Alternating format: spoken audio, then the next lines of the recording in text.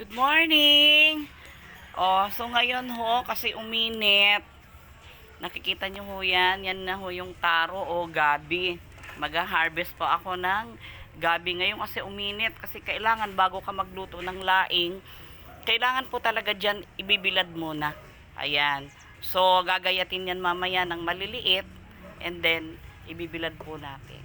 At bago po tayo mag-harvest, ayan, ang aking si Maya.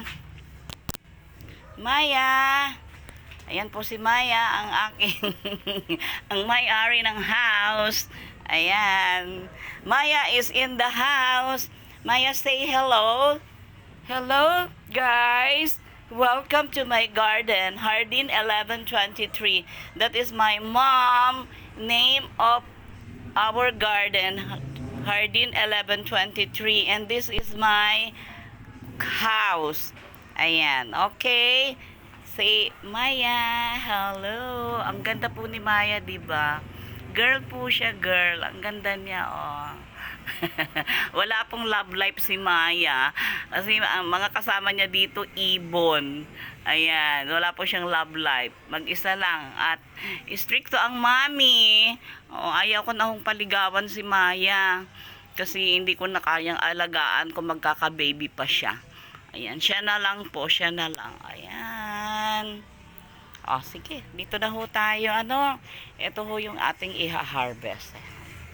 Kuha muna tayo ng, syempre, gunting. Ayan, yung ating gunting. Ayan. At,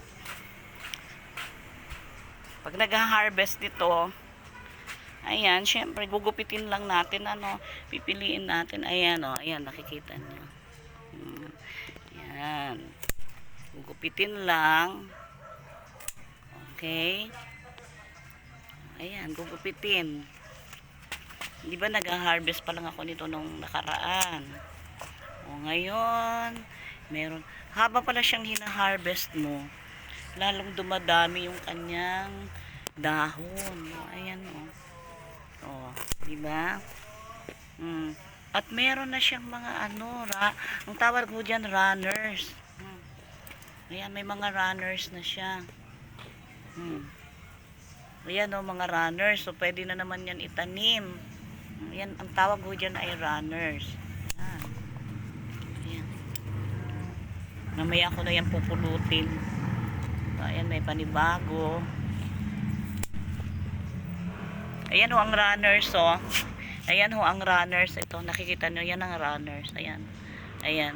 Ayan ho, pag itinanim nyo po yan, lalaki yan. Ito yung mga tinanim ko nung nakaraan linggo. Malalaki na agad. Ito ng isang buwan. Malalaki na. Pwede nang mag-harvest.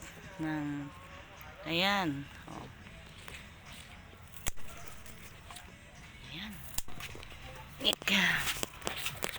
Pulutin natin. Mamaya ko na yan kukunin. Lagay muna natin dyan sa aloe vera. Ang aloe vera maganda rin i-harvest. Ayan. Maganda rin i-harvest ang aloe vera. Pag malalaki na yung mga dahon niya, ayan, i-harvest natin. So, ayan ho siya.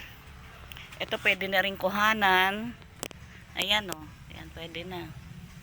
Diba? Itira lang yung pinakang, yung dahon na maliliit. Katulad niya, you can harvest already this one kasi meron ng possible na dahon. Ayan yung possible. Ayan. So, pwede na. Tira lang ng isang dahon. May mga runners na agad, ayan na. Ayan. So, mamaya, yan naman. Pahinga lang ang iyong lingkod. Ayan. So, thank you for watching my video. Mamaya yan naman. Mainit na kasi. So, magdadala ako ng payong. Ayan. Pupulutin ko na lang yung mga dahon.